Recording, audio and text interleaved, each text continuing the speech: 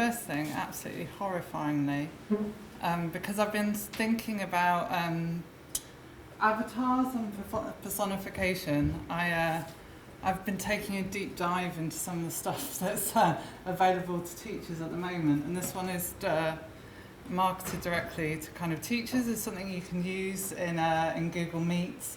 This is me, based on my own kind of selfie that I took in my office yesterday. That's obviously not my office.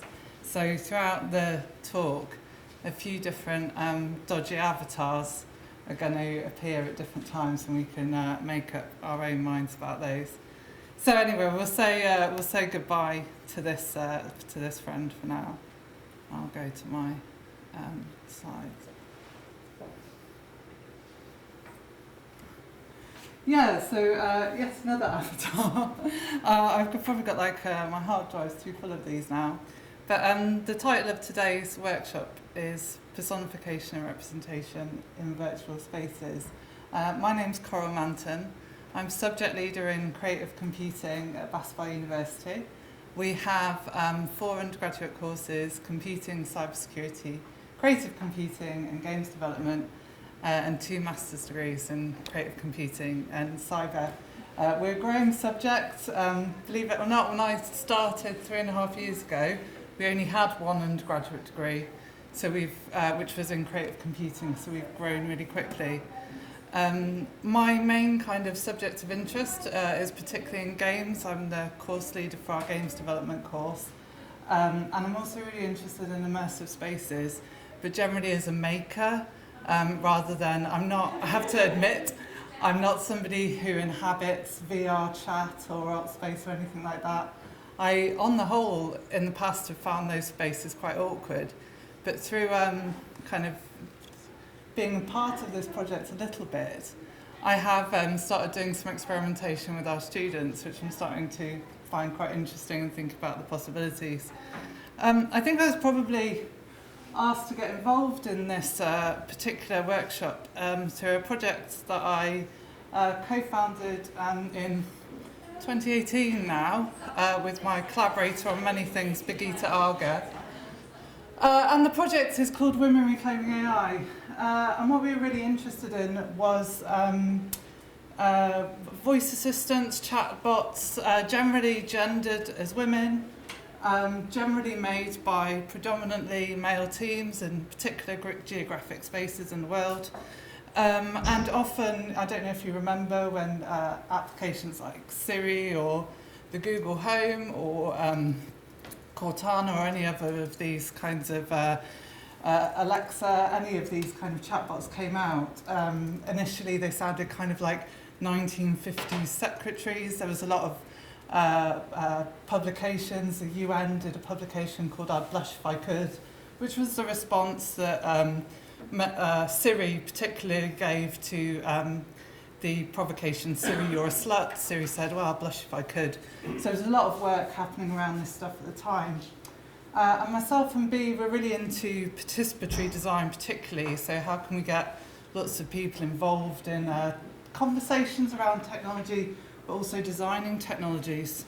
So we travelled around the UK, kind of doing different workshops. This was actually at Barbican as part of their AI More Than Human programme, with a platform particularly for writing and editing our chatbot, and we've now got over 100 women actively engaged in kind of adding their own language, their own opinions to our chatbot, which is mainly, as a chatbot, very much a protest. It's not functional in any way. It's not going to tell you what the weather is. It's not going to change your playlist on Spotify. But it's kind of a really interesting, well, we found it interesting, approach to engaging people in the technologies that are changing their lives, but also questioning how we're going to make these technologies more accessible. And different kind of projects coming out from this. This is a project with the Eden project, the Eden project in Cornwall. It's all about creating a chatbot and children's book with a group of young people, asking questions about the energy use of the internet. And then also a recent project in Bristol, Shared Pasts Decoding Complexity, where we created an AR experience where we took an aggregate of lots of different stories, particularly around questions of slavery and empire in Bristol. And we developed kind of an AR application that would spawn different stories and recommend people different stories based on different geographic locations, 3D objects, image triggers, things like that. And actually, if that picture, you can probably just see at the top of there, Colston still standing. Obviously, he's made his way into the harbour now. But interestingly, enough of the statue is left that the application still works, so that's probably not the most important element of it. So, yeah, started playing in Mozilla Hubs, and I don't know if you remember last week, there was a big storm. It seems with the news today, that seems like, ages ago. But at the last minute, for the first workshop of our, we do a module that I lead in semester 2, which has just started, in making VR games. Very much at the last minute, we were cast back online again, which was quite horrifying. I'm sure we've all spent too long online teaching. But we took the opportunity to go and investigate Mozilla Hubs. And I've called the room that you can see a harbour in a storm. We just used this to kind of introduce the module. But what was really interesting about this experience was some of the questions that it threw up about, not only the limitations of the technology, questions of accessibility. It was quite difficult to track what type of experiences people were having. Luckily, I had 2 tech dems with me in the room, and they were able to offer a lot of people kind of support.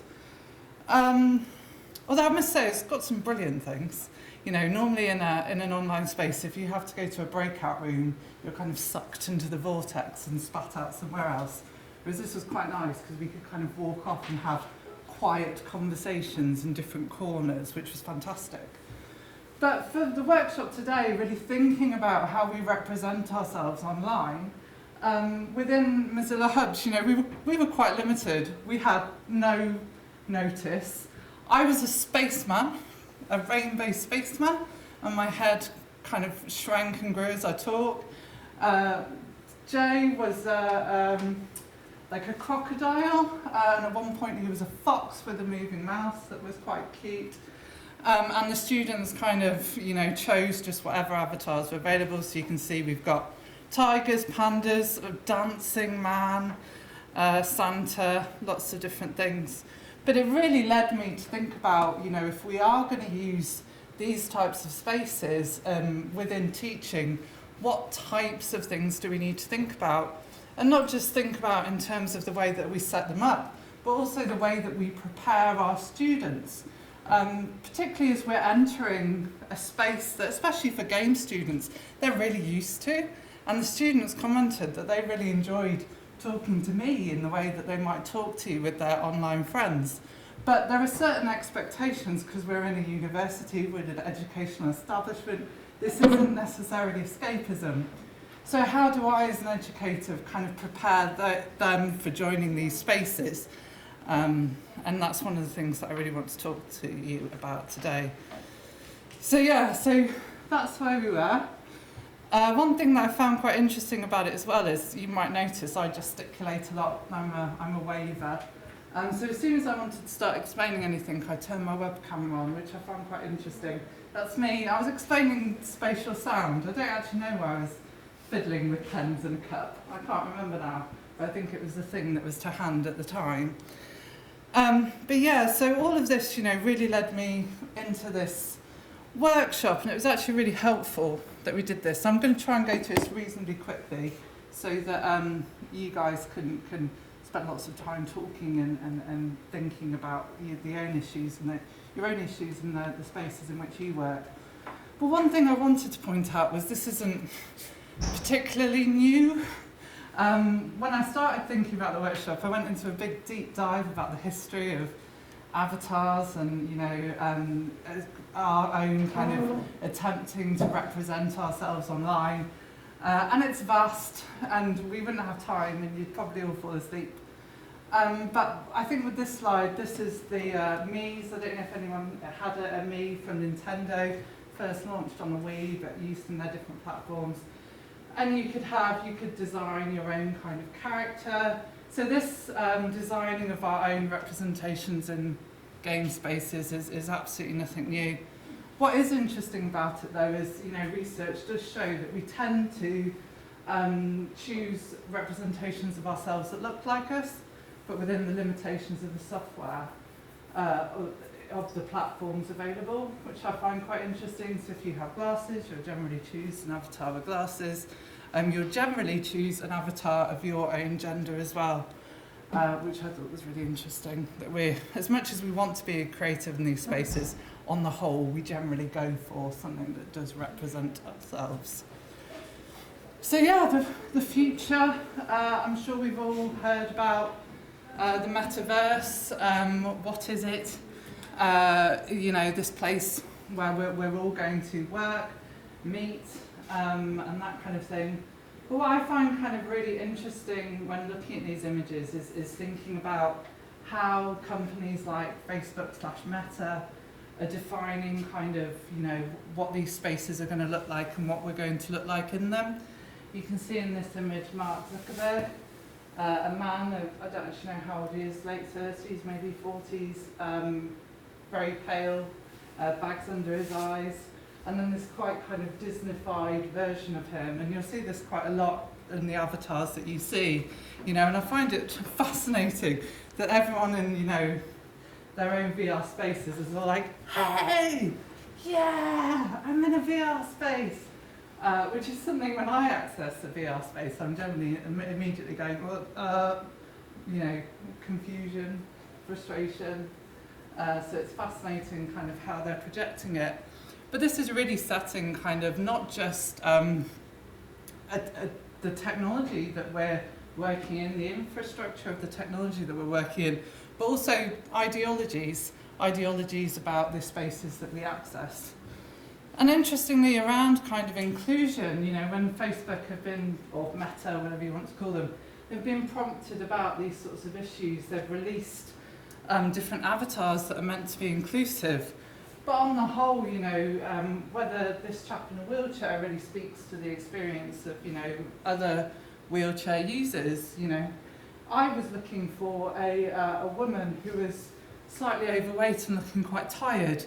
You can't find those anywhere. Everyone's kind of got these Disney-esque expressions. Everyone on the whole looks kind of fit and healthy. But that's interesting, I might be looking at that from the point of view of thinking about this workshop. But in reality, we do want to look kind of more attractive when we're online. My Twitter profile picture's a few years old now.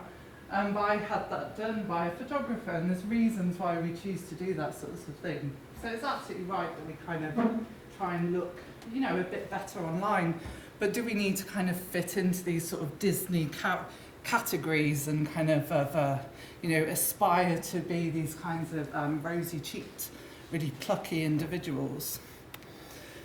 And yeah, so really thinking about, and I think this goes back to a lot of my projects around kind of women reclaiming AI, and I think this is something that we really want to think about is, who's designing these platforms, what technologies are they using, also what kind of infrastructures are they building on, what kind of cultures are they building on, and then also what kind of ideologies are present within them. And I really feel this as a woman who teaches games. Often, if I want to enter into the spaces that my students inhabit, I'm entering spaces that are sometimes hostile towards me.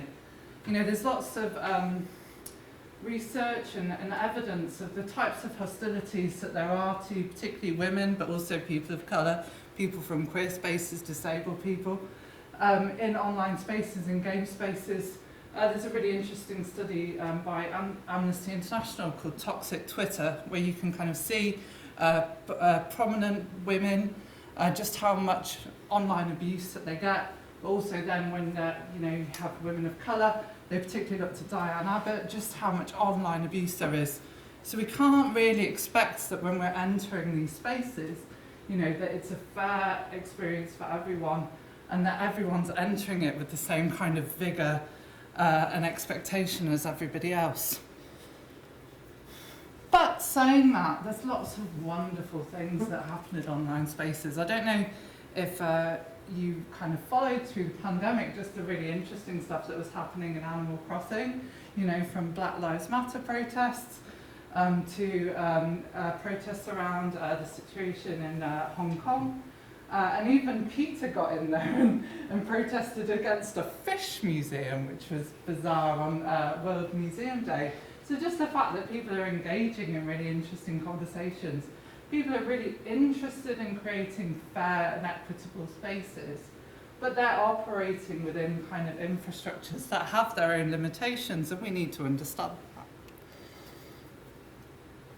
So when approaching, especially the Women Reclaiming AI project, and we're trying to, you know, so if you've got a company like, you know, Amazon putting out Alexa, you know, they're trying to make this AI voice that appeals to everyone, that tells like similar types of jokes, that has, you know, different, you know, kind of turns of phrase, and actually trying to create a personality that, you know, responds to lots of different types of people is incredibly difficult, and that ultimately probably not a very good endeavour when we're thinking about accessibility and inclusivity.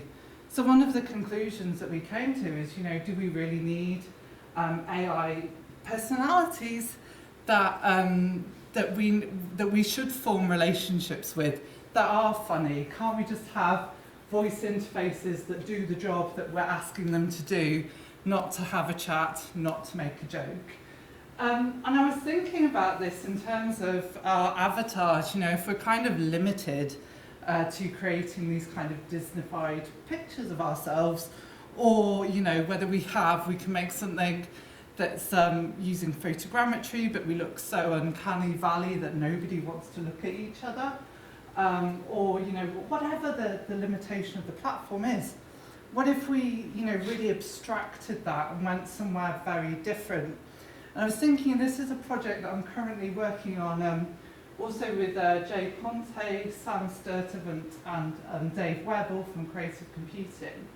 And we've been working with the Shangri-La Glastonbury Festival. It's like an area of the Glastonbury Festival. And they've got a venue in Bristol called Lost Horizon, which is built on their kind of idea of a twin of the Shangri-La space that they did online, using actually Sansa, who are from the Second Life, run Second Life essentially. So we were kind of commissioned with creating representations of people in the physical space that then could be seen by people in the virtual space. And in the virtual space, there's lots of people with their own avatars, and you can press a button and you do some dodgy dance moves. I find it's not my world. I find it quite horrifying. So I wanted to really try and create something quite kind of beautiful in a way, although it's very early days. So using image recognition trained on crowd data sets. This is actually trained on retail people in shops, which is, you know, how this links to surveillance capitalism is my next talk. But yeah, so with this, these kind of spheres, I'll just play the video, it'll make a bit more sense. Let's skip it forward a little bit. Yeah, so you can see it's kind of dancing around here. This is us in the venue pretending to dance in a slightly EastEnders sort of way. And then in the virtual venue, we've not got that in yet, we're represented by these spheres, and when we come together as a group, the spheres join kind of graphically. And then we've got another aspect that we've developed in if you dance. The sphere, the line renderer coming from the sphere kind of does a wiggle, which is kind of cool. I thought, and actually it was interesting talking to Kay from the venue, and she kind of prefers this in a sense, because you still have that sense of presence of being somewhere, but we're not trying to create these avatars that are really limited by the technology. So I was kind of thinking about that as well, thinking about that with the students, you know, if we could do something that kind of abstracted us away from this attempt to look at like ourselves. Although if we all look the same, there's no creativity in it. So I've not really got a very good sort of answer about that, which is why, you know, hopefully some of the things that we'll look at today. Oh, skip forward. I did have a go, it's interesting actually, I'll show you this, in Mozilla Hubs. I'm sure there's a lot of people in the room who've used it a lot more than me. You can actually, yeah, so if I, yeah, so essentially in Mozilla Hubs, you can have an option of kind of creating a skin for your own avatar. So this is, I guess, the head and the body, and this is kind of a UV unwrap of this geometric shape, and you can arrange images of it or paint it or whatever you want to do to make your own avatar. And I thought that was something that we might try and do with the students. We do want to make our own kind of Mozilla Hub space, just because we've got quite interested in it now.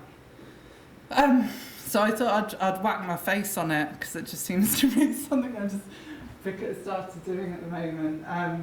But that's kind of horrifying as well. I don't know if I want to spend time in Mozilla Hubs with all of the students where we've all got like our passport photos there, so maybe it's not kind of the best way of doing it, but you know, it's part of a longer process. I think we only started this last week. So yeah, so I'll end it there.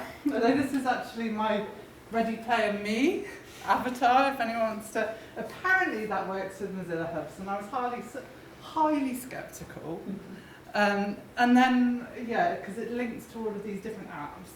And I linked it to my Mozilla Hubs, and when I entered Mozilla Hubs, it kind of glitched me into this sort of just absolutely bizarre 3D thing. It was quite horrific.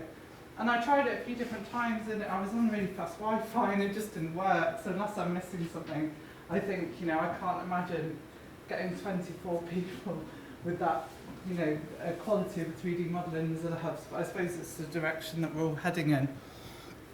So what I wanted to do now is to kind of pass it over to you, really.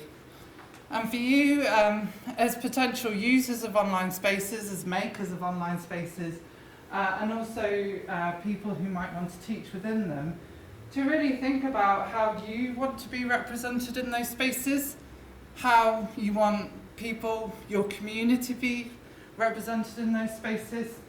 And you know, I'm really hoping that especially when we give our students, I'm really thinking very much about the student professional aspect here, not the kind of escapism game world.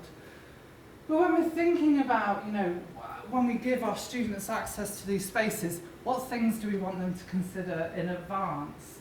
Do we want them to attempt to look like themselves in some way? Do we want them to avoid certain things? Do we need to think about creating equitable spaces just in terms of, you know, the size of the avatars that they're making, you know, so people aren't taking up more space than other people, different things like that. So I thought we'd try and do that for about 15 minutes, and then we'd have a bit of time to share. And I thought, you know, there could be an outcome of this project in terms of like a guidance or a guideline, or what we would like for our own representation for our kind of communities of learners within these spaces, within the current limitations of the technology. So I'm going to pass out lots of big sheets of paper. I've got lots of post-it notes and Sharpies. I'll come around.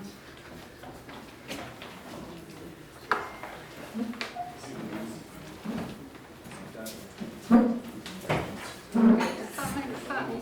Yeah? Total sense.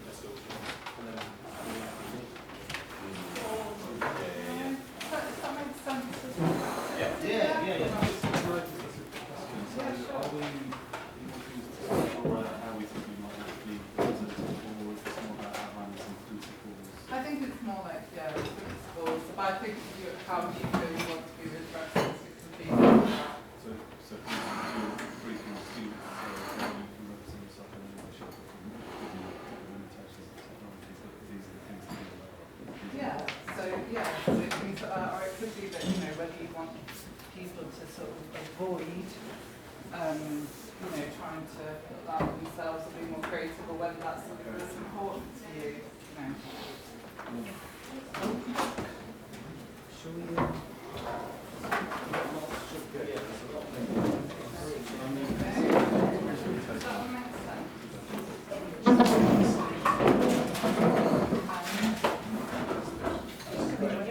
Yeah, although I am just going to leave this. Oh,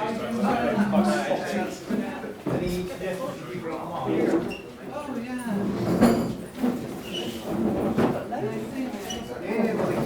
Oh, hi online people. Maybe you could put ideas in the chat and we could read them out when we do the discussion, if that sounds good. Yeah. Brilliant.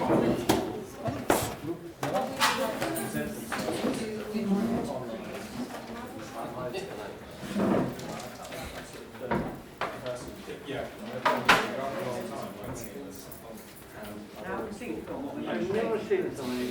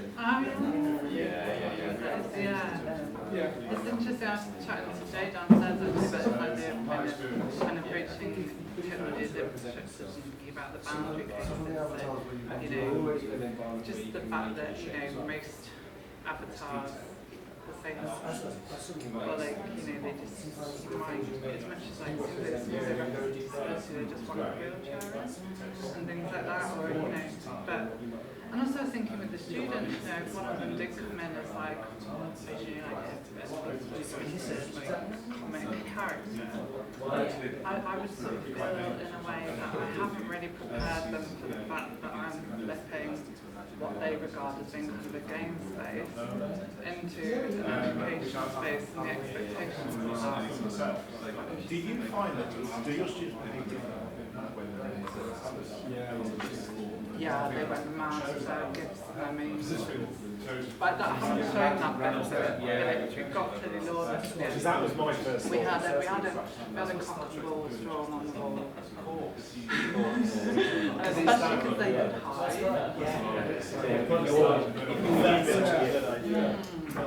That's good, because you might shout, you just want to be confident in the way that you talk, but equally, you get too close to comments. How do you maintain from our aggression? Yeah, but also like, I felt like because I hadn't but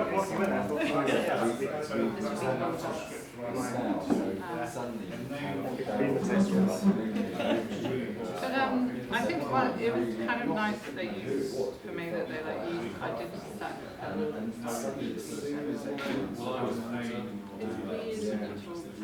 object that doesn't move. And actually just as Jay had the fox with the mouth movement, that made a really big difference. It felt very natural. Something about that interaction.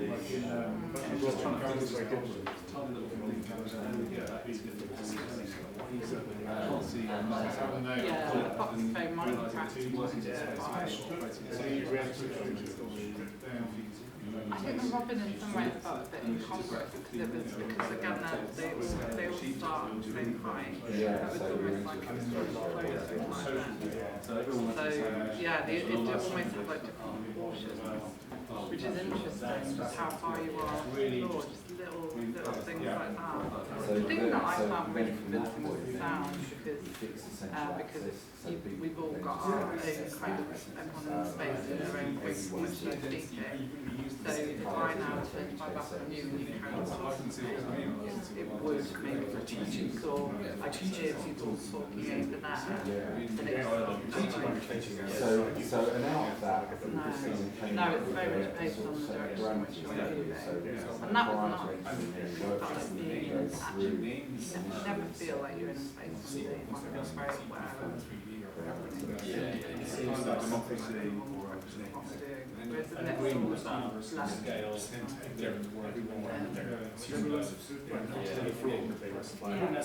really interesting. Really nice to you can't fly try around. to capture some of that. Or we put it into different connotations. It seems that people So thinking about producing extract those the here and now. situations like that. What's the guidelines? Yeah, so like, yeah, so, and also like, do just simple things like we should ask students to try and do how it's asked what going out is it a sense of That's good. yeah, All right, right. There's something about kind of I mean, there was something funny about making yourself energy, just one. Yeah. But Yeah. after about 2 minutes, you were just annoyed people. Well, it's a very I do feel like yeah. I'm eating broccoli. There's something about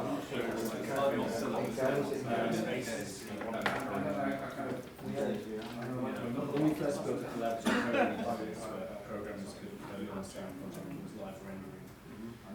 The first test we did. Margaret and that's true, by the way.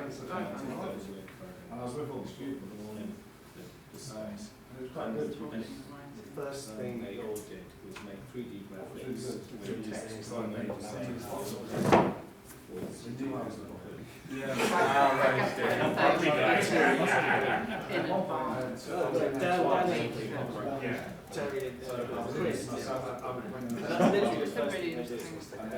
I find that an interesting conversation, especially with my students. They were very good.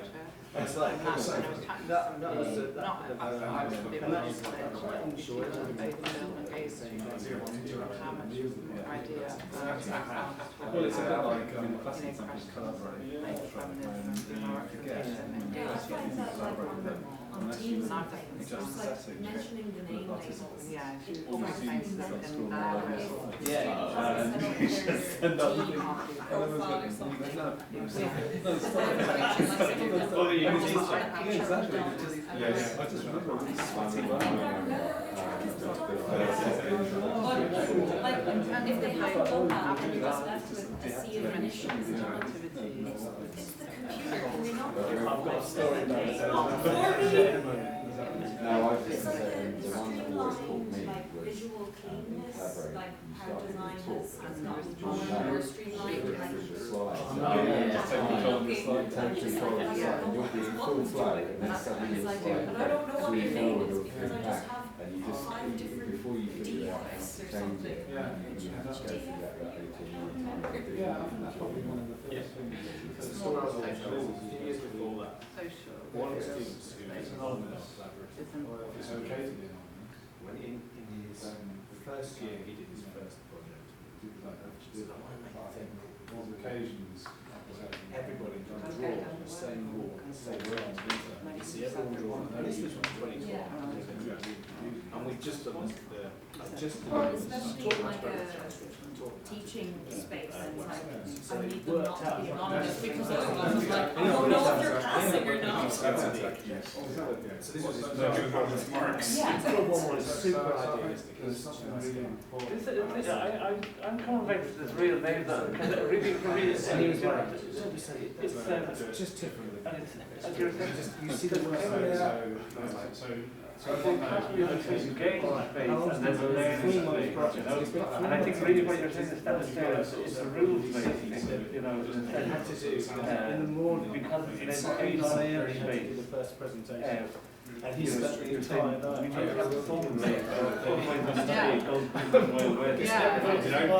Again, And then like he got it's he accountability got his thing. complete green. One He was doing person his presentation, he rocked up, and I saw his learning, do it, they need to be generally bring it to Jason. It's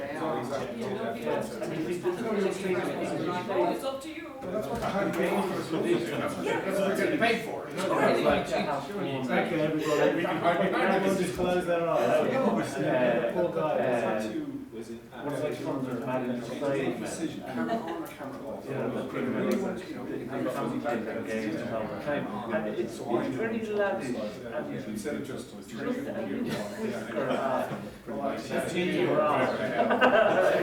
the time. There's a thing as well, you know, You don't know when they're going to do something else.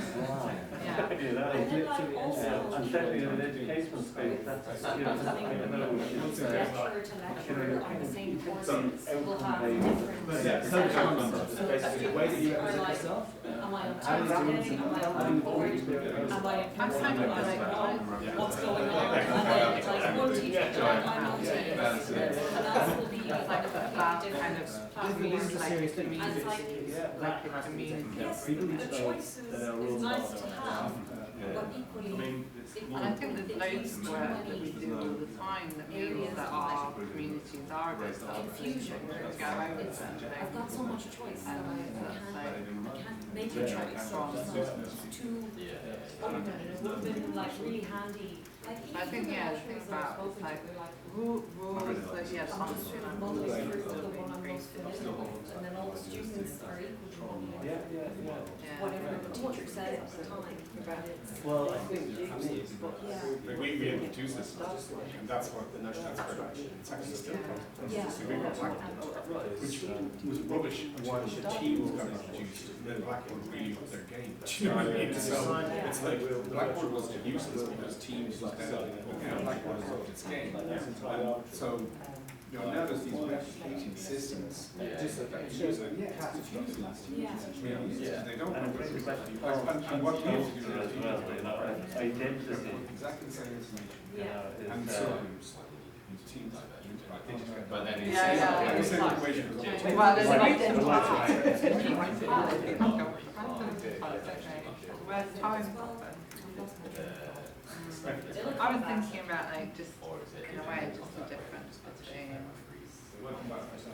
I was agreeing with you, though. I was in fully agreement with you the last time, anyway, that's for sure. and then that's kind of I guess like identify as we go Yeah. yeah, and in some ways if everyone That's the answer we were looking for. No, but it's one of those things the that liveliness also of really that's fun to that's so it's almost like no, but this is the thing where you don't want to be like great idea, but then people like it's almost impossible to try and come up with a solution for it. I've been you know, so yeah, you're not That's actually, I think that's a good point. that's true, that's frustration, push against you and go, why are people sort of a problem with it?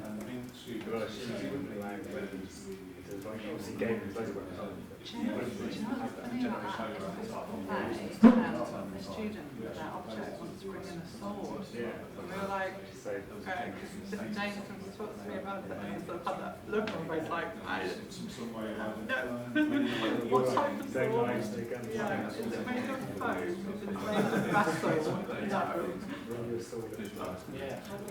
Is it made of metal? No. Is it more actually or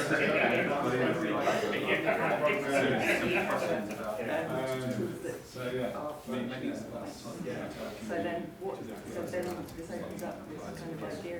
My phone came back where it was about consistency being like this, sort of pointing to teaching and learning, how for students to feel facilitated and able to take part. Do sort of funny pass and then we'll And yet, there's Then nothing handed down. you're immediately constraining Everybody to can listen. two of them. No framework. That's why But I will know what someone else is one kind of thing that's going around at the moment is like Except for what's going to be mentioned earlier, the framework that I was talking about, you know what I mean, which is the inherent program framework, the way teams is structured, and you're bound to make choices. At the avatar change, just like a really blocky thing. You know, you haven't, and I think that's kind of essentially true of these spaces like this. You know, there is a lot of money that goes around and like things like specialised. So how bullying kind of around like, oh, you've got the shiny avatar, I've only got the tight one.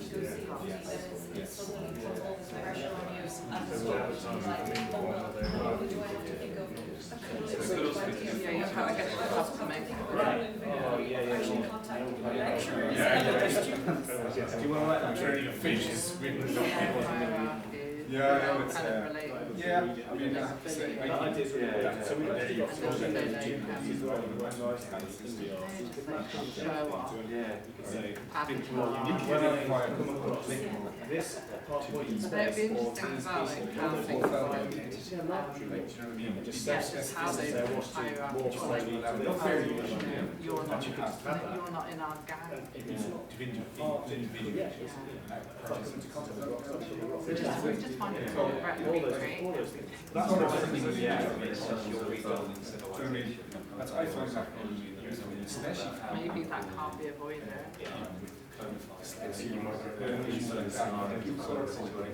Like I'm a terrible it helps me differentiate content to deals or strands of thinking, you know, especially around identifying people's identities. our identities. So you are name all the time. That's real world problem. Do a piece which helps you think about it. That's it, is the virtual level, it's not like that. You've had the people that Like this is, it was something that like people imprint on each other. again it was so there was another lecturer on I this just course. really had a We were doing student feedback sessions.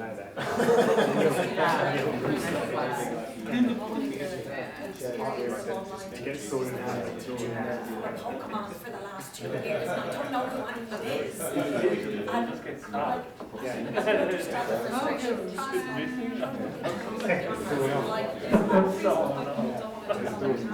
So what I really like is, I love asking, no one has actually done it since I last worked, to make like a self-portrait of yourself, because it's, we're a drawing course. Just do a drawing. We really liked your spheres idea. We thought that was great.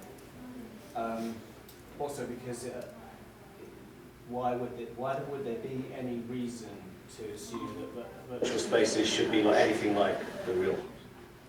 And so we like the idea of perhaps an abstract algorithmic generator, which could be different each time. It could also change as you move through the space, or you can make it and then say this is going to be mini. It could be totally, it could be just like a mandelball, and then you just like wander around as a mandelball, but maybe you imprint on someone else when you meet them and they become a bit mandelball-y. And then, you know, like maybe, and so we were thinking along those lines. And also that the one thing we thought was maybe scale is very important. That scale seems to, through some of the experiments that these guys have been doing, they found that when some people were big and some people were very small, it just became possible. It was almost as if there was nobody there anyway. Yeah. So it's kind of sense, but yeah, so no rules basically. I like a good way of making a piece of code like a generative. I mean, our dream become a generative piece of art. That's really interesting. I think, yeah, especially something that kind of constantly evolves. Although it'd be interesting to take a while to get used to. I can imagine just looking out and just going, I'm not going to teach, I'm just going to watch. Well, I get feel we're coming in conversation with you as well, so you're kind of thinking about what the space needs to be and how we need to address things like accountability and how we rethink the creativity how we rethink the community within this creative space, and relationships between students and staff, and how we work towards there being no kind of hierarchies. And yeah, no key points and what's. Because we're saying like you shouldn't really bring avatars from other readers, so someone might walk on your page for like another reading, and you don't need to sort of go in sort of push their way around. Yeah, so this is the idea, blocking, or reading mine. Yeah. In the toast. Yeah, Especially good. I thought it was interesting, like, really, you know, because you go into accountability, and I almost sort of, we didn't want to be the fun police in the virtual space, and making it kind of community driven, but also then, you know, a lot of the problems that we talked about bullying, you realise they're real world problems that enter the virtual world, and considering that we're not going to create a utopian world in this kind of virtual world, I thought that was really interesting. And yeah, like, I loved in the hubs going, oh god, it's Santa, what is going on? But so then you're keeping that creativity, but not becoming the fun police. So like we reference the floor on like think about. Yeah, no weapons. Really good ones. Yeah, I've got a student at the moment that's trying to bring a sword in for a project. No. We really want name labels on the students. In my experience with teams, the names are there, but they're always just initialized, and I'm like, I can't tell which M or you are when you're talking, because people don't like to put on their cameras in our course. I don't know if that's pretty common across everyone, where they're just like, don't look at me, I'm at home. But then also, like, there's issues of having super detailed avatars versus maybe more generic, simple avatars where you have smaller amounts of choice, like you can choose colors and things like that, rather than getting bogged down in a lot of detail and like digital fashion that takes a lot of time to create, that maybe students aren't prepared to spend all that time on it, or it could be better spent on learning rather than picking your outfit for digital class. Did you guys want to add anything? No, it's make the students do it. That was our conclusion. Yeah. You know? Got all these talented students. So the idea was, I mean, you know, they should be making their own avatars. You should be like, you know, one of the first modules. You know, it's like, but your idea of keeping it simple, like, you know, the block, represent yourself there in like 6 strokes or whatever. So it's limited, but it has expressibility, and it will be unique. You know, so literally kind of a digital sticky pad kind of thing. You know? Yeah, not like using self-portraiture that isn't tied to like avatar generators, where you can express yourself much more easily, and you're not stuck with, oh, Nintendo only has this haircut, which is kind of like my haircut, but it's not really. Whereas you could just draw your haircut, and there it is.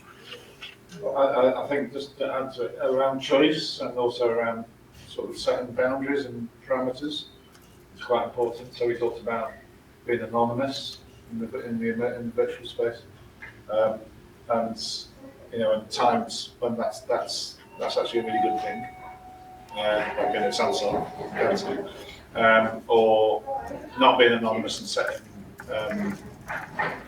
setting conditions for being in the space, like having a name above your head, or being a certain scale, or sort of colour coded and whatever. Ian, is there anything in the chat? There was the tech fell apart on my part, so I've had to cut and paste, or rather, colleagues online. There's Penny, there's Katie, and Therese. So Busbar, UAL, and IADT, and they have been making some comments.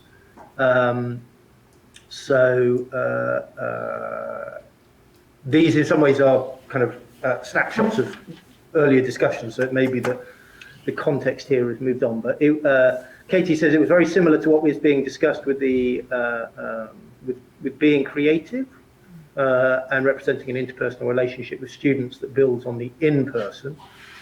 Therese from Dublin said, not something I'd really thought about, but it's a really interesting question.